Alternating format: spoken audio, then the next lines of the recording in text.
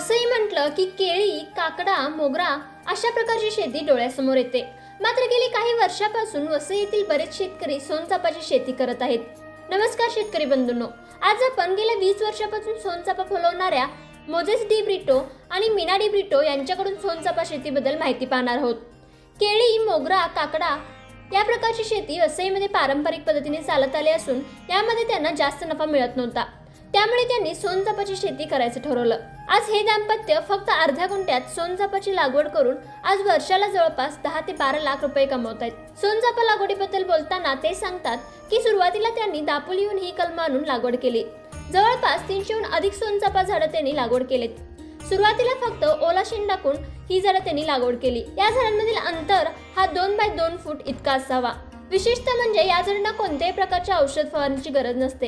या झाडांना कोणत्याही प्रकारच्या कीटकनाशकांचा रोगाचा प्रादुर्भाव होत नाही. त्यामुळे त्यांनी या शेतीची निवड केली असं ते सांगतात. फक्त पावसाळ्यात या झाडांच्या बुडाला पाणी लागू नये त्यासाठी मातीचा ढिगारा टाकून काळजी घ्यावी लागते. या झाडांची पानं गळून पडल्यानंतर कुजून त्याचाच वापर खत म्हणून वापरलं जातं.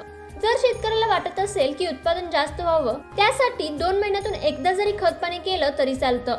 उन्हाळ्यात आठवड्यातून एकदा पाणी दिलं तरी चालतं. लागवड केल्यापासून साधारणतः 5 ते 6 महिन्यापासून फुले येण्यासाठी सुरुवात होते व 2 वर्षानंतर शेतकरी यातून जास्तीचे उत्पादन घेऊ शकतो. विशेषतः म्हणजे 12 महिने ही फुलं येत असून मार्केटमध्ये सुद्धा त्याला चांगली मागणी असल्यामुळे शेतकरी यातून मोठा नफा कमवू शकतो. मोझेस यांनी आपल्या शेतातील फुलं दादरला ट्रान्सपोर्ट करतात व यातून चांगलाच नफा कमवतात. आपल्या याच प्रयत्नातून यशस्वीरित्या ही सोनचाफ्याची शेती करून लाखो रुपये कमवणाऱ्या या डी ब्रिटो दाम्पत्यांना कृषी मंत्र्याचा सलाम. शेतकरी मित्रांनो, ही सोनचाफा शेतीबद्दल माहिती तुम्हाला कशी वाटली हे आम्हाला कमेंट करून नक्की सांगा. त्याचबरोबर अशाच प्रकारच्या नवनवीन व्हिडिओज पाहण्यासाठी आत्ताच आमच्या कृषी मंत्र YouTube चॅनल सबस्क्राईब करा व आमच्या फेसबुक आणि इंस्टाग्राम पेजलाही फॉलो करा.